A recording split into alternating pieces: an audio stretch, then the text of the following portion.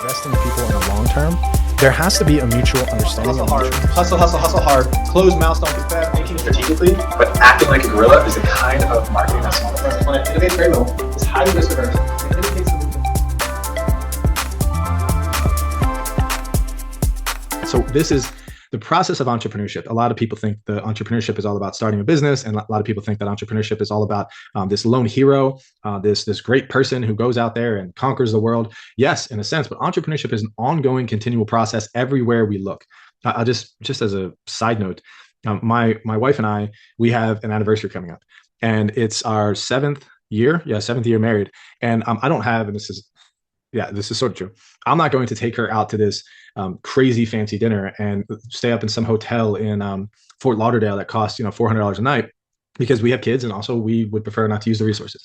But I can be really creative with picking her up in like an Uber XL and showing up at her work as a surprise and getting her friends to kind of understand it. And I could put on my nicest suit jacket and a tie, and I could buy some flowers from Target. And man, if I go there and I make this experience for her amazing with the limited amount of resources that I have, what I did was I engaged in a process of thinking through, okay, well, what am I going to do here? I got to find out what's going on. I got to find out this opportunity. When's our anniversary? Maybe there's a restaurant we can go to. I'm thinking through, okay, cool. Now what I'm going to do is I'm going to create value. I'm going to do something different and unique for my wife by combining my Target purchase of the flowers and what I have in my closet and the gift card I might have to some steakhouse that we didn't use. And I'm going to exploit all of these things I just mentioned by making the plan and executing and implementing on the action of showing up at my wife's work and taking her for a 2-hour lunch somewhere special and unique and surprising her.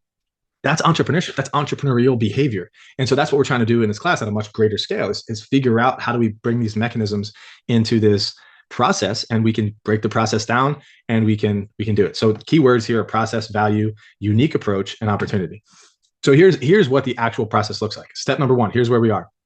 You're working in a company and you're frustrated because your father owns the business, and it seems to be that you're paying the irrigation subs, your landscape business, and you're paying for the irrigation company to come in, and you're paying them a fortune every time they have to fix one of your customers' irrigation pipes. And that's frustrating because, number one, you want to do it immediately, but you got to call them and you got to ask them to come out to do it.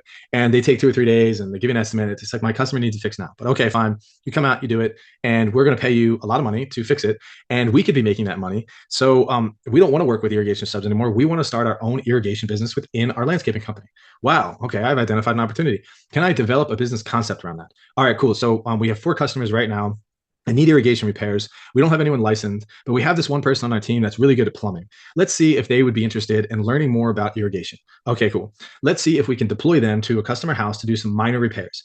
And in the doing minor repairs, then we could realize that we have 100 customers. 20 of those customers have irrigation problems every month. We tend to spend about $5,000 on irrigation subs. That's 5,000 times 12. We're now managing the business concept. We now have a staff member. Maybe we get them a van, and that person, that staff member that now has a van that's trained up on irrigation, we're developing a business concept around exploiting that opportunity. And of course, you're assessing some needed resources. Maybe you need some more personnel. Maybe you're going to need a logo. Maybe you're going to need some additional training. And so what do? You go out and you acquire those resources. Then you implement it. Now you have, guess what? Now you have an irrigation business within your landscaping company. You're capable of servicing customers, not just via landscaping, but also via irrigation. You've implemented it, and eventually your company grows, you're managing it, and eventually you sell not just a landscape company, but a landscape and irrigation company because of your process that you engaged in called entrepreneurship. And you can rewind all of that and start from brand new venture. Like, I have no idea. I've never done landscaping before, but I see there's a real opportunity in, say, irrigation, and I just want to jump right to the irrigation thing. That would be creating a new venture. Hopefully this class will condition you also to think more about this thing called opportunity recognition, pattern sensitivity, and action orientation. One of the biggest concepts that's researched in the field of entrepreneurship is this thing called entrepreneurial alertness, readiness to act on existing but previously unnoticed opportunities, having this desire to do something, to create something, to pursue something, and to look around. So I have a friend, his name is Guido Trinidad, and he owns a business called Peak 360 CrossFit. And he also used to own the Wadapalooza. He ran this fitness festival.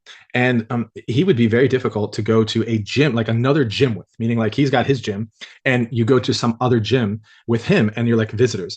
It's very difficult because he sees things everywhere. He sees, I'll go back to the side. He sees that the customer service person is not working right. He sees that the gym floor is dirty. He sees that the coaches aren't really coaching properly.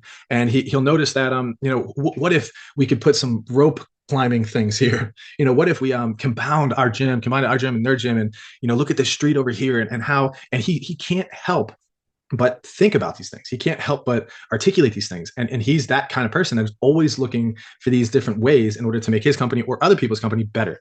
And so this is a person that's conditioned to be more entrepreneurial. And that's what I'm also asking you to do as you live your life over the next couple of weeks. And maybe you notice things around you a little bit differently.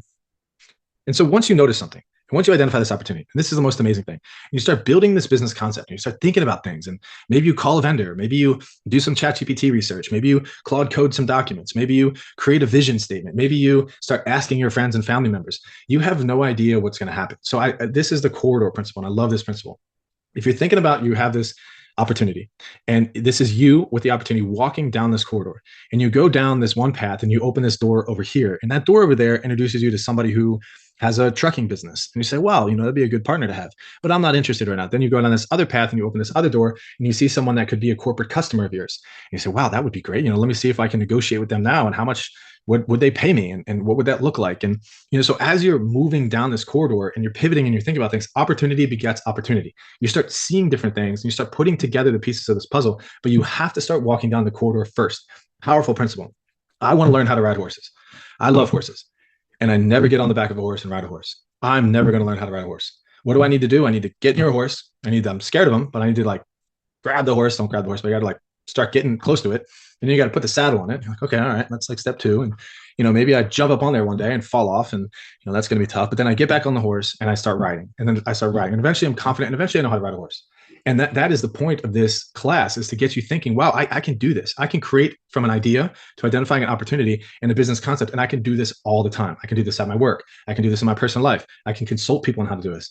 This is the corridor principle. It's a powerful concept. Starting opens corridors you couldn't see from the outside. If there's one reason why I love teaching this class and why I want to encourage you to invest in this, is because of this. The act of launching or thinking about launching or planning a venture, even a smaller imperfect one, exposes you, the student, to a corridor of new opportunities that were not visible before starting. You have conversations that are going to come up. Well, actually, I didn't know anything about AI and generative images and how we can make storybooks for children who are experience cancer treatments. But the moment my group started working on this, I found all of these great tools that I can use to build these storybooks. And yeah, I wasn't interested in particular building storybooks for children with cancer, but I decided to build a storybook for my 6-year-old daughter who is having a tough time at kindergarten. And for her birthday, I built a storybook for her, and it was amazing. And then who knows, you might have additional conversations with people about you get the idea. So you start something, opportunity 2 appears, opportunity 3 appears, you pivot, and then you scale. Action generates knowledge, contacts, and signal. That signal reveals better, more profitable paths forward that pure planning never could. That's what we're doing in this class. When you reflect on some of these leaders that one might consider to be heroes and think about their lives,